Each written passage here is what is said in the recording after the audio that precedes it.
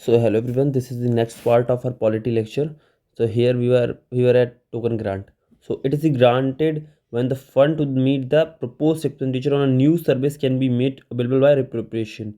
A demand for grant of a token sum is submitted to the vote of the Lok Sabha if a centered fund are made available. Reappropriation involves transfer of fund from one head to another. It does not involve additional. तो यहाँ पर additional money नहीं है, एक जगह से दूसरी जगह पे एलोकेट हो जा रही है जस्ट बिकॉज एक नई सर्विस के आने की वजह से। ठीक है, supplementary additional excess and exceptional grant vote on credit are regulated by same procedure which is applicable to केवल रेगुलर बजट। तो ये जितने भी ग्रांट हैं वो सेम प्रोसीजर से निकलते हैं, यानी कहीं ना कहीं पे एज अ मनी बिल की तरह ऑब्वियसली एक्ट होंगे। ठीक है, फिर funds, consolidated fund, public accounts और contingency fund. So consolidated fund of India is the fund which fund to which all the receipts are credited and all the payment are डेटेड। ठीक है, date and credit दोनों इसी से होता है। All revenues receive by the government of India, all loan raised by the government by the issue of treasury bills, loans, ways and mean advances, and all money received by the government at the repayment of the loan forms the consolidated fund. All the legally authorized payment on the behalf of government of India are made out of this fund. No money out of this fund can be appropriated except according with parliamentary law. Public account of India, all other public money other than those which are credited to consolidated fund received by on the behalf of the government of India shall be credited to public account of India. This includes the provident fund deposit, judicial deposit, saving account deposits, this etcetera. ठीक है, फिर contingency fund तो contingency के लिए रखा होता है। Individual amount determined by the law are paid time according to parliament enacted. Contingency fund of India 1950, this fund is place at the proposal disposal of president पे होता है। ही और she advocate advances out of it to meet the unforeseen expenditure pending its authorization by the parliament. The fund is held by the finance secretary on the behalf of the president. Like the public account of India, it's also operated by executive action. तो ये parliamentary action से होगा तो executive action से हो गए। तो जो फंडिंग मैकेनिज्म है ना उसमें कहीं ना कहीं रोल हो गया। ठीक है, अब देखो फंडिंग तीनों की देख लो मेंस के पर्सपेक्टिव से। देखो जो मॉनेटरी चलेगा, देखो तो जजेस को क्या हो रहा है, जजेस को दे रहा है कंसोलिडेटेड फंड पे चार्ज हो रहा है। ठीक है, तो नो पार्लियामेंट्री डिबेट, तो उनका इंडिपेंडेंस हो गया। ठीक है, वहाँ से और वो अपना मैटर जो भी जुडिशियल सर्विसेज में जो भी पैसा लग रहा होगा वो उनके पास पहुँच जाएगा और उसी अकॉर्डिंग डिस्ट्रीब्यूट कर लेंगे, वो अलग हो गए। यहाँ पे parliament consolidated fund of India से जो पैसा दे रहा है, ठीक है, वो चीज़ अलग हो गई।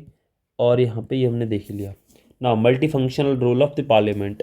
ठीक है, फिर in India political administration system the parliament के फायदे को legislative function, executive, financial, constituent, judicial, electoral, other.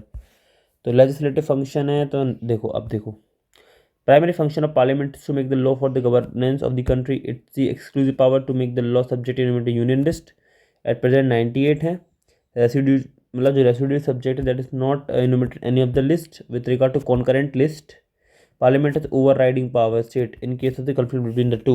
The Constitution also empowered the Parliament to make the law on the subject in state list under the following 5 abnormal conditions. तो state list पे कब कब law बन सकता है? When the Rajya Sabha passes a resolution to that effect, when proclamation national emergency, when two or more states make a joint request for the Parliament, when necessary to give effect to the international agreement and the president rule is in operation। तो 5 condition में यहाँ पर जो state list है उसके ऊपर अपना central government या जो यूनियन गवर्नमेंट है वो लॉ बना सकती है, पार्लियामेंट लॉ बना सकती है। All the ordinances issued by the president during the session of the parliament must be approved by the parliament within the 6 weeks after its assembly. An ordinance becomes inoperative if not approved by the parliament within that period. So the parliament makes a law in a skeleton form, authorizes the executive to make details rule regulation within the framework, this known as delegated legislation। मतलब कि parliament में जैसे एक blueprint तैयार होता है और जो ब्यूरोक्रेट्स होते हैं मिनिस्ट्रियल के अंडर में, जैसे कि हमारे डिफरेंट कैबिनेट सेक्रेटरीज वगैरह, सो वो काम करते हैं, एग्जीक्यूटिव लेजिस्लेशन कहते हैं। Such rules regulations are placed before the parliament for examination. Executive power and functions. ठीक है, the Constitution of India established a parliamentary form of government in which the executive is responsible to the parliament for its policies and acts. The parliament exercises control over the executive through the question hours। तो देखो अब parliament का जो role है यानी legislature का role है वो कंट्रोल ऑफ द एग्जीक्यूटिव। क्या question hour, 0 hour, half an hour discussion, third written discussion, calling attention motion, adjournment motion, no confidence motion, censure motion, other discussion. It also supervises the activities of the executive with the help of its committee like Committee on Governance, Government Assurance Committee on Subordinate Legislation, Committee on Petitions। The ministers are collectively responsible to the parliament in Chennai and Lok Sabha in particular. As a part of collective responsibility, there is individual responsibility, that is each minister individually responsible for the efficient administration of the ministry and its charge. तो collective responsibility article 75 वाला है, तो वो तो important है ही, पर individual responsibility भी members की होती है. This means that they continue in office so long as they enjoy the confidence of the majority of the member of the Lok Sabha. In the other word, the council minister can be removed from the office of Lok Sabha passing the no confidence motion. ठीक है, तो ये तो हो जाएगा. Also express lack in government by, देखो और किस किस कंडीशन में हमारी लोकसभा डिजॉल्व हो सकती है और जो no lack of confidence government में शो होता है. Not passing motion of thanks, rejection of money bill by passing a censure motion or adjournment motion, defeating the government on a vital issue by passing a cut motion. ठीक. Therefore, the first function of parliament can be said to be the select the group which is to form the government, support and sustain its as long as the power enjoy, and expel it when it cease to do, and leave it to the people to decide the next general elections. काफ़ी अच्छी line है N मालाया in parliament की book में, I think नहीं this, हाँ yes this is there. तो आप बिल्कुल मतलब पार्लियामेंट्री फॉर्म ऑफ गवर्नमेंट में भी लिख सकते हैं. तो पार्लियामेंट के पावर्स को लेके आप इसको कभी भी कंक्लूजन इंट्रो में दे सकते हैं. ठीक है. Financial powers and functions, no taxes can be levied or collected, no expenditure can be incurred by the executive except under the authority with approval of the parliament. ठीक है. तो ऐसे किसी से भी पैसे नहीं ले जा सकते हैं. Hence the budget is placed before parliament for approval. The enactment of the budget by the parliament, मतलब ये सब तो वही हो गया, कमेटीज़ वगैरह रेगुलेट करती हैं. फिर बजटरी कंट्रोल्स की बात हो गई है. पोस्ट बजटरी कंट्रोल्स क्या, there are control of appropriation there through the 3 financial committee. जो पोस्टमार्टम करेंगी वो कमेटीज 3 है.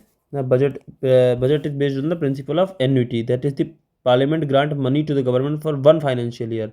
If granted money is not spent by the end of the financial year, then the balance expire return to the consolidated fund. This practice is known as rule of lapse. It facilitates effective financial control by the parliament as no reserve funds can be built without its authorization. However, the observance lead to the heavy rush which is called March rush. तो मतलब होता क्या है, अगर कोई fund बच गया है कहीं पे तो that should come back to the consolidated fund of India. लेकिन रेदर देन इसके तो गवर्नमेंट क्या करती है, एक बहुत रश फॉर्म में ना, रूथलेसली एकदम कह सकते हैं कि जो लगी हुई होती है कि वो कैसे भी बजट को पूरा यूटिलाइज कर ले, तो उसके लिए कई बार रश करती है. तो जो रश होता है उसको मार्च रश कहते हैं, है ना, मार्च रश कहते हैं. फिर कॉन्स्टिट्यूएंट पावर बनाती कैसे, best is the power to amend the constitution. ठीक है. तो major part of the constitution amended by parliament with special majority, that the majority of the total membership of each house, majority of not less than 2/3 of the member present and voting in each house.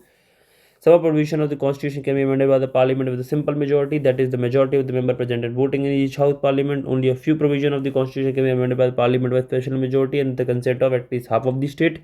However, the power to initiate the process of amendment of the constitution lie exclusively in the hand of the parliament and not the state legislature. तो amendment का काम केवल parliament के पास में है.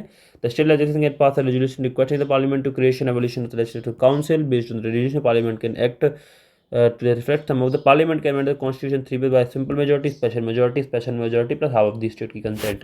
ठीक है. Constitutional power of the parliament is not unlimited, is subject to the basic structure of the constitution. The other word तो यहीं पे आ जाता है. तो basic structure doctrine Kesavananda Bharati case में यहीं से ड्राइव हुई है कि कॉन्स्टिट्यूएंट पावर के ऊपर.